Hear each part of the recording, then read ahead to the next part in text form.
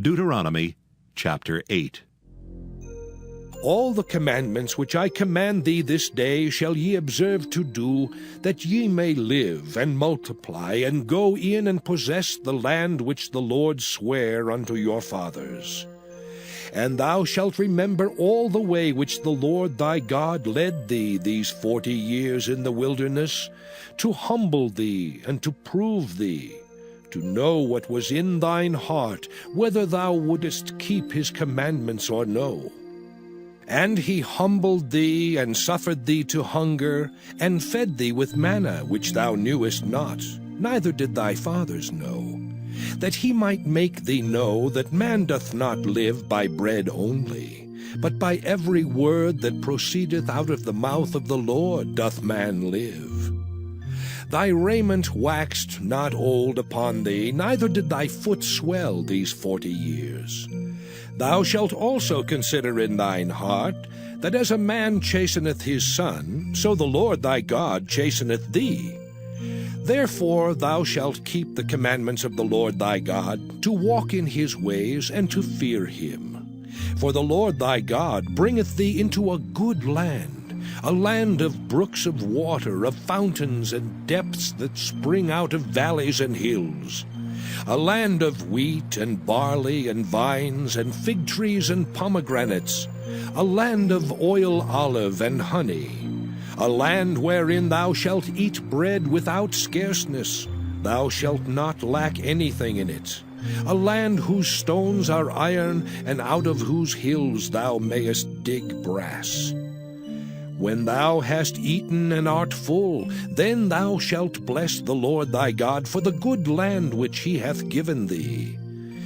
Beware that thou forget not the Lord thy God, in not keeping his commandments, and his judgments, and his statutes, which I command thee this day, lest when thou hast eaten and art full, and hast built goodly houses and dwelt therein, and when thy herds and thy flocks multiply, and thy silver and thy gold is multiplied, and all that thou hast is multiplied, then thine heart be lifted up,